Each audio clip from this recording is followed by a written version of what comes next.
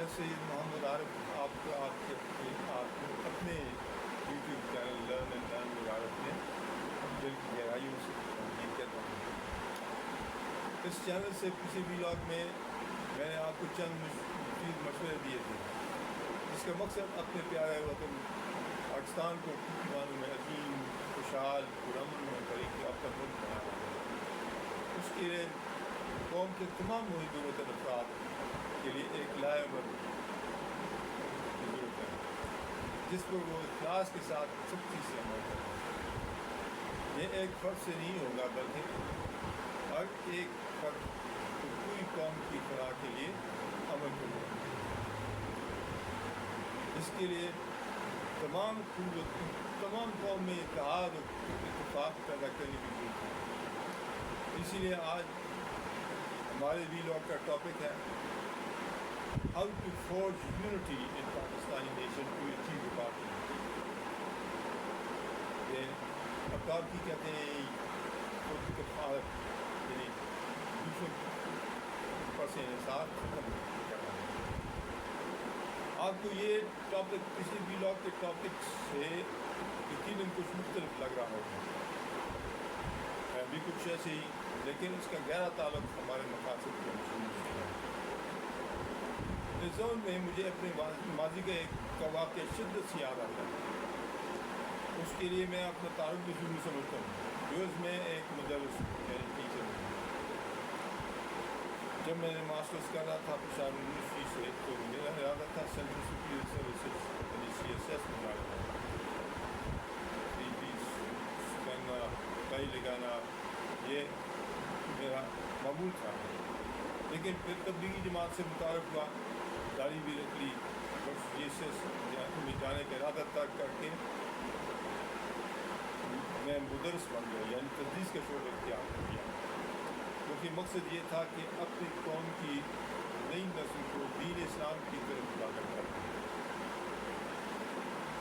یہ بات تو درمیان میں ویسے ہی آ گئی.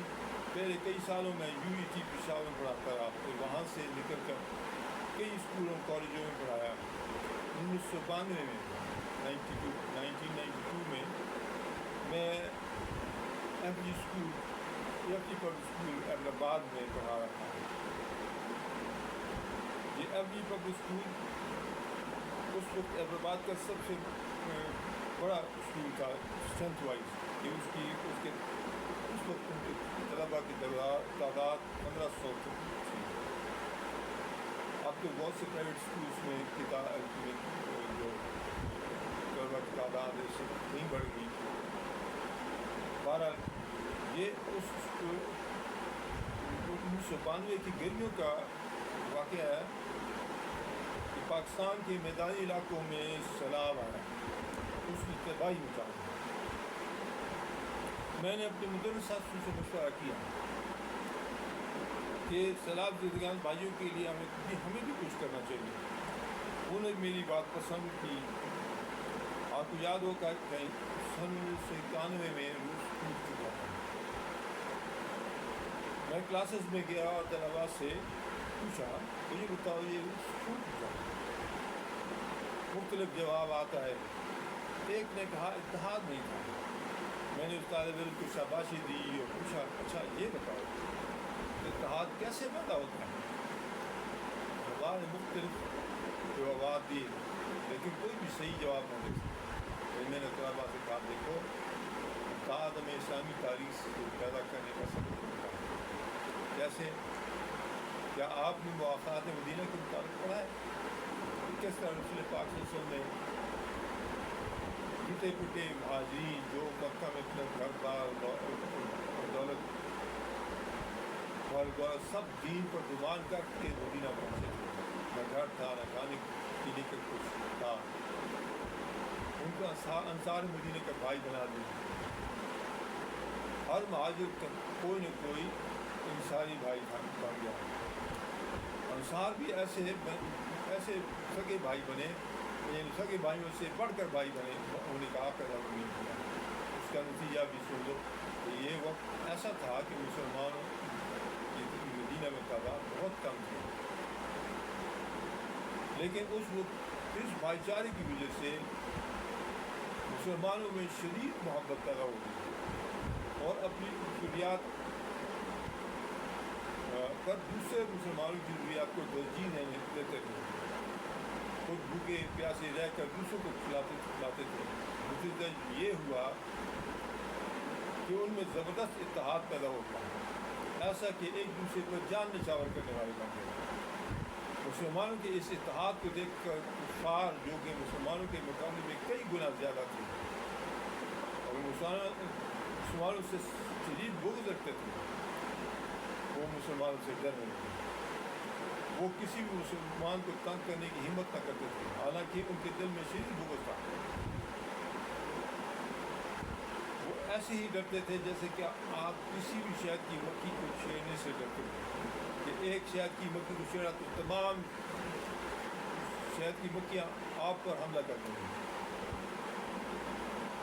اس اتحاد کی وجہ سے مسلمان اگرچہ کئی تعداد میں تھے مگر کفار کے شرور سے بالکل محفوظ ہو گئے. یعنی اپنے مسلمان بھائیوں کی ایثار قربانی کے جذبے سے مدد کرنے سے مسلمان کمزور نہیں ہوئے، بلکہ ان میں ایسا اتحاد پیدا ہوا کہ وہ ناقابل تسلیم قوت بن گئے. ہم اس میں دیکھیں کہ 1965 کی جنگ میں قوم متحد تھی تو اپنی سے کئی گنا بڑی قوم بڑی فوج کو شکست پاش دی. لیکن جب 1971 میں ہمارے اپنے کرتوتوں کی وجہ سے قوم منتشر تھی، کیسی ذلت میں شکست دیکھنے کو ملی. پھر میں نے طلبا سے کہا دیکھو آج ہمارے سیلاب زدہ بھائی کھلے آسمان سے بے بس پڑے ہیں، ان کو ہماری مدد کی ضرورت ہے. اللہ جل شانہ نے ہم پر کرم کیا کہ ہمیں سیلاب کی تباہ کاریوں سے بچایا. اب ہم پر یہ فرض ہے کہ ہم اپنے ضرورت مند بھائیوں کی مدد کریں. اس سے ہماری قوم کمزور نہ ہوگی بلکہ جو اتحاد پیدا ہوگا اس سے ناقابل تسلیم قوت مل جائے گی اور ہم قوم کا حصہ ہیں. قوم طاقتور ہوں گی. سیلاب زدگان کے لیے ڈونیشن جمع کریں. اب اس کا اثر دیکھیے کہ کیا ہوا. اسی دن جب میں ریسیس میں یعنی بریک میں اسٹاف روم جا رہا تھا، پرنسپل صاحب مرحوم جو اللہ تعالیٰ نصیب کریں اچھے آدمی تھے، ایک دفتر سے 40-50 کے قریب کا لگا کہ جتھا مجھے اپنی طرف آتے دکھا. ایک بڑے لڑکے نے جو آگے آگے تھا اس نے ایک رجسٹر کا بڑا سا کاغذ پکڑا ہوا تھا اور سارے لڑکوں کی آنکھوں میں آنسو تیر رہے تھے. میرے قریب آئے تو مجھے سلام کیا اور میں نے بھی سلام کا جواب دیا اور پوچھا کیوں کیا ہوا، وہ کیوں رہے. جواب میں انہوں نے وہ کاغذ میرے ہاتھ کر دیا اور کہنے لگے سر یہ دیکھیں. میں نے دیکھا کہ یہ تمام طلباء کی طرف سے پرنسپل صاحب کو انگریزی میں ڈونیشن جو فنڈز اکٹھا کرنے کی عرضی تھی، درخواست کی کہ grant collection of funds donation, جس پر پرنسپل صاحب نے پرمیشن ناٹ گرانٹیڈ لکھ کر اپنی مور لگا کر اپنے دستخط کر دی. میں نے دیکھا تو میں نے فوراً کہا لگایا اور پوچھا آپ فنڈ ڈونیشنز کیوں اکٹھا کرنا چاہتے ہیں. وہ سب حیرت سے مجھے دیکھنے لگے اور کہنے کہ سر آپ ہی نے تو ہمیں کہا تھا کہ اور یہ اب آپ کیوں پوچھ رہے ہیں کہ ہم ڈونیشن جو فنڈس کیوں اکٹھا کرنا چاہتے ہیں.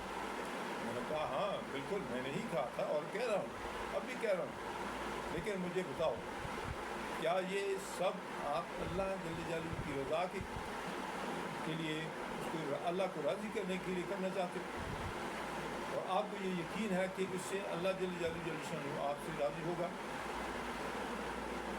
سب نے بیٹھ زبان کہا جی سر.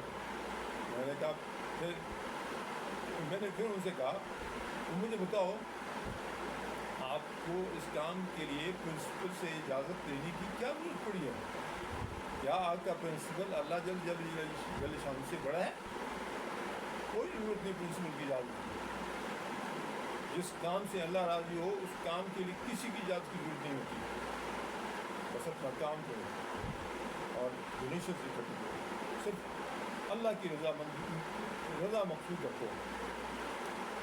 اب انہوں نے بڑے جوش اور جذبے سے فنڈس وغیرہ اکٹھے کرنے شروع کیے، سیلاب گام کے اور سزاب گام پہنچائے۔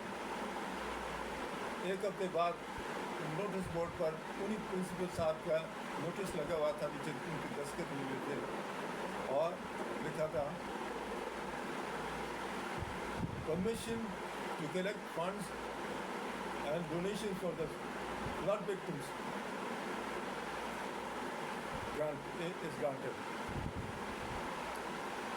ایک وہی طلبہ میرے پاس آیا خوشی کہ سر دیکھیں وہ نوٹس لگ گیا۔